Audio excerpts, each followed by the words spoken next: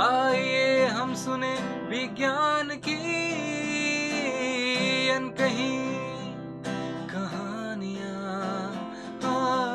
आइए हम सुने विज्ञान की अनसुनी कहानियाँ।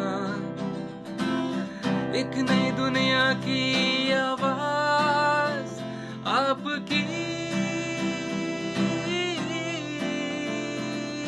आवाज, विज्ञान की आवाज, की आवाज।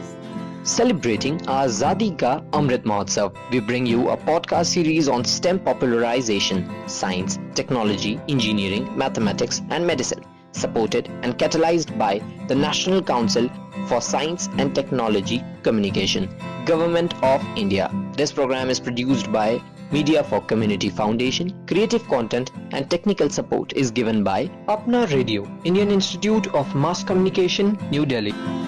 एक नई दुनिया की आवाज आपकी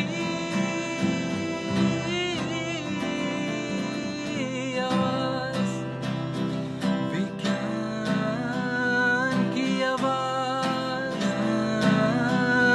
की आवाज, की आवाज।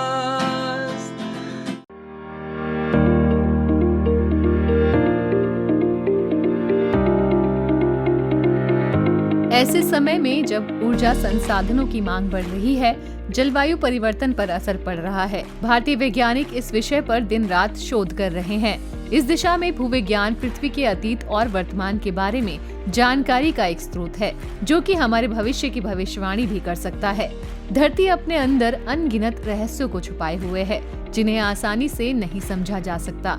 पृथ्वी के भीतर छिपे कुछ प्रतिशत रहस्यों से ही आम लोग परिचित हैं, लेकिन कई बातें ऐसी हैं जिन्हें जानने के लिए हमारे वैज्ञानिक सालों साल अध्ययन करते हैं। क्या आप जानते हैं, करोड़ों वर्ष पहले पृथ्वी बड़े दलदली जंगलों से ढकी हुई थी, जिसमें कई तरह के खनिज पदार्थ दब गए और उनसे कुछ पौधे पैदा हुए। जब नए पौधे बड़े होते तो उसमें से कुछ पुराने पौधे मृत हो जाते और दलदली पानी में गिर जाते। फिर नए पौधे बड़े होते और उनकी जगह लेते, और जब ये नष्ट हो जाते तो उनकी जगह और पौधे जन्म लेते। इस प्रकार समय के साथ मृत पौधों की एक मोटी परत बन गई, जो दलदल में सड़ने लगी। फिर प्राकृतिक आपदाओं से पृथ्वी की सतह बदली और पानी और मिट्टी से सब धुल गया और ये सब सड़ने की प्रक्रिया रुक गई। इसके बाद और पौधे बड़े हुए, लेकिन समय के साथ वो भी मृत हो गए और गिर गए, जिससे नई परत तैयार हुई। करोड़ों वर्षों तक एक दूसरे के ऊपर ऐसी कई परतें बनी। ऊपरी परत पानी और मिट्टी ने नए पौधों की निचली परत को दबा दिया। जितना हम इसके बारे में जानने की कोशिश करते हैं, उतना ही इसमें उलझते चले जाते हैं। गर्मी, हीट और दबाव की वजह से नीचे दबी पौधों की परत में केमिकल और फिजिकल बदलाव हुए, जिससे ऑक्सीजन निकल गई और कीमती कार्बन जमा हो गया, और समय के साथ ये पौधा सामग्री कोयले में तब्दील हो गई। इन तमाम बातों का अध्ययन भूवैज्ञानिक जियोलॉजिस्ट करते हैं, जो हमें पृथ्वी से जुड़े रहस्यों के बारे में अध्ययन करके बताते हैं। ऐसी ही एक रिसर्च है जिसे बीरबल साहनी पुराविज्ञान संस्थान के वैज्ञानिक खोजने में लगे हैं। चलिए आज आपको मिलवाएं Birbal Sahni institute of palaeobotany में साइंटिस्ट के पद पर कार्यरत डॉक्टर अंजू सक्सेना से।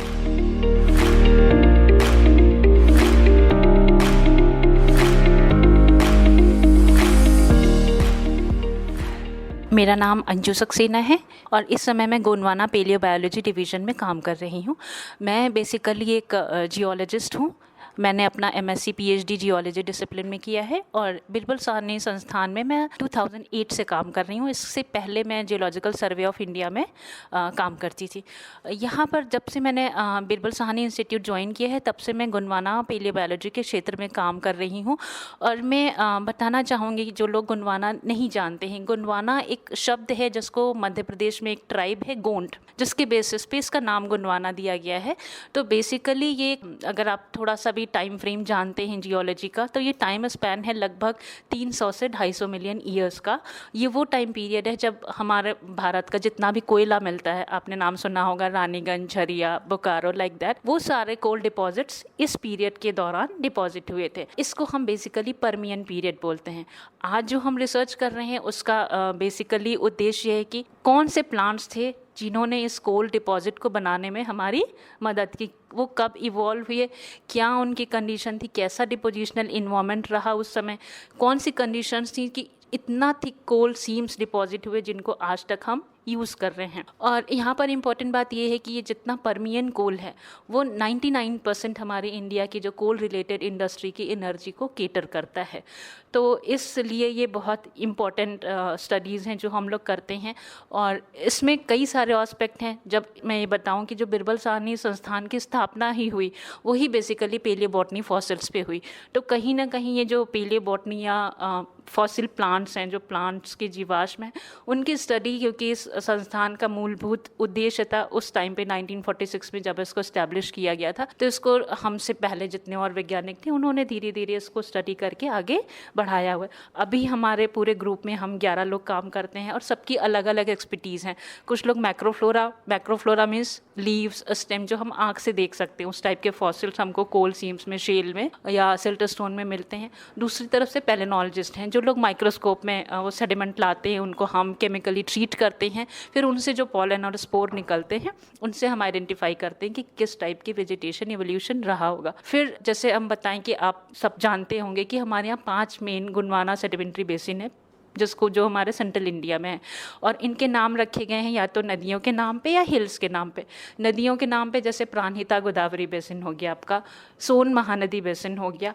हिल्स के नाम पे जैसे सतपुरा गोंडवाना बेसिन हो गया और राजमहल हिल्स बेसिन हो गया। तो 5 मेन बेसिन हैं जिसमें सारा कोयला मिलता है, और यहाँ पर हम लोग फील्ड्स करने जाते हैं, सैंपल लाते हैं, उनकी एनालिसिस करते हैं। इसके अलावा जो एक और मेजर उद्देश्य है हम लोगों के प्रोजेक्ट का या हमारी रिसर्च का, वो ये है कि जब तक अर्थ की हिस्ट्री में एक मेजर टाइम पीरियड जो हम लोग पेलियोजोइक एरा बोलते हैं, पेलियोजोइक युग, इसके 5 डिवीजन है। और ये इसलिए इम्पॉर्टेंट है क्योंकि लाइफ में जितना इवोल्यूशन, रेडिएशन या कॉम्प्लेक्सिटीज़ आई हैं लाइफ फॉर्म्स में, वो सब इसी पीरियड के दौरान आई हैं। तो कब पहले जितने फॉसिल्स मिलते थे, आपको हमारे दूसरे साथियों ने बताया होगा, प्री कैम्ब्रियन टाइम में, उसके बाद से सारे वो मेरीन हैं, मतलब वो these are deposits that were deposited in ocean, so वहाँ से हमें एविडेंस मिलते हैं। बट फर्स्ट कब मेरीन से लैंड पर प्लांट्स आए, कब ऑक्सीजन पूरा कैसे उन्होंने एटमॉस्फेयर हमारा चेंज किया, क्योंकि that played a big role in changing the environmental conditions and atmospheric conditions, कि ऑक्सीजन का ज़्यादा अमाउंट क्योंकि ग्रीन प्लांट से ही शुरू होगा। तो कब हमारा टेरेस्ट्रियलाइजेशन हुआ, उसके सिग्नेचर्स देखने के लिए हम लोग उस टाइम पर्टिकुलर टाइम पीरियड्स की रॉक्स जो हैं वो हमें हिमालयाज में मिलती हैं, जिसको हम लोग टिथियन रियलम बोलते हैं। At that time there was a big Tethys, पर उसके सराउंडिंग्स पे प्लांट्स वगैरह आए। तो वो भी एक हमारा रिसर्च का एस्पेक्ट है। एक पार्ट तो इसका हमारा एकेडमिक इंटरेस्ट है, जो इसका आम आदमी के लिए फ़ायदा है। हमारी रिसर्च कोल डिपॉजिट से रिलेटेड है, हमको फॉसिल्स वहीं मिलते हैं जहाँ कोल के डिपॉजिट्स हैं मोस्टली। तो हम क्या करते हैं, जो पेलिनोलॉजी है, माइक्रोफ्लोरा है, उससे हम बायोस्टैटिग्राफिक कोरिलेशन देते हैं। ठीक है, इस बेसिन में इस पर्टिकुलर एज पे हमें मिल रहा है, दूसरे बेसिन में डिफरेंट सीम कंटेम्पोरेनियस उस पे है। एक तरह से कहीं ना कहीं हम उनको प्रोवाइड करते हैं बेसिक डेटा, क्योंकि इस टाइप का काम सिर्फ बिरबल साहनी संस्थान में ही होता है। तो अगर किसी को भी बायोस्टैटिग्राफी करनी है, किसी भी अगर कोल आप वो एक्सप्लोर करने जा रहे हैं या उसकी जानना चाहते हैं, तो उनको BSIP आना पड़ेगा। तो इस तरह से हम लोग इनडायरेक्टली सोसाइटी से जुड़े हुए हैं। स्टेम में साइंस एंड टेक्नोलॉजी के क्षेत्र में भी है। अब with the advancement of new techniques हमारा डिवीजन इसको डाइवर्सिफाई कर रहा है।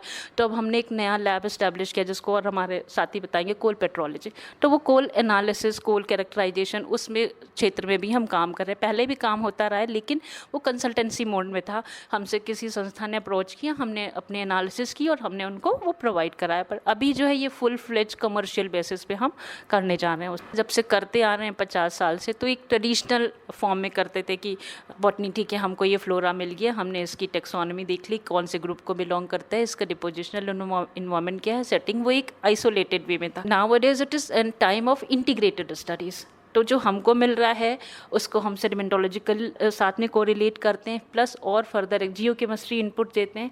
तो ओवरऑल हम एक कंक्लूसिव पिक्चर डिराइव करते हैं। और फर्दर ये है कि जो हम देखते हैं फ्यूचर में, तो हम लोग ये प्लान कर रहे हैं और सोच रहे हैं कि इसको हम इंडस्ट्री रिलेटेड रिसर्च बनाएंगे और दूसरा है कि जो हम कर रहे हैं यहाँ पर वो कॉमन लोगों तक पहुँचा पाएँ। अभी तक इससे पहले उतने एम्फेसिस नहीं दिए जाते थे, रिसर्च इंस्टीट्यूट में जो हो रहा है वो हम जानते हैं, पेपर पब्लिश कर दिया, दैट्स इट।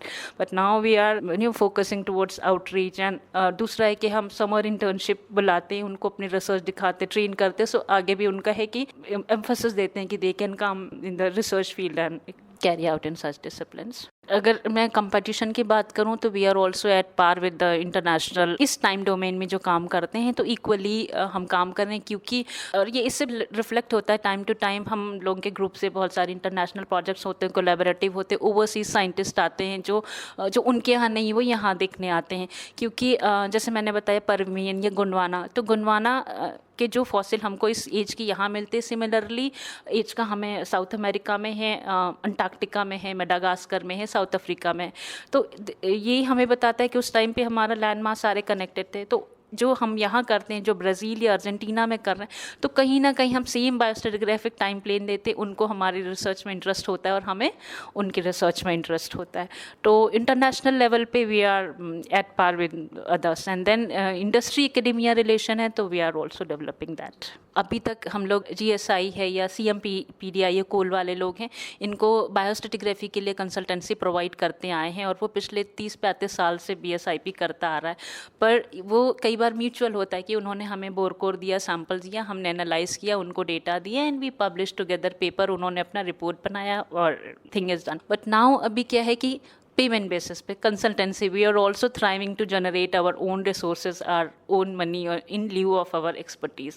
सो उस टाइम में different MOUs are being signed और बहुत सारे इन फ्यूचर पाइपलाइन में हैं। Couple of awards in my kitty research papers, yes बहुत सारे, I have around 63 international papers and around with 800 citations, and as far as award is concerned, so I have been INSA academic exchange fellow, then I have got this TART funding for this Muster for 1 month in Germany, all these in 2018-2019, and previously I have been all India UPSC topper for GSI exams, and before that MSc gold medalist and in PhD and so many.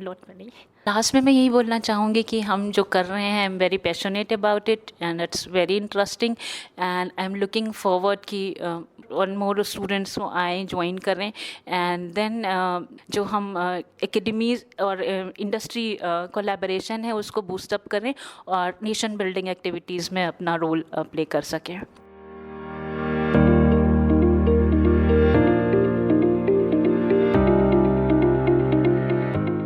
Doctor Anju Saxena, आपका हमारे साथ जुड़ने के लिए बहुत बहुत धन्यवाद।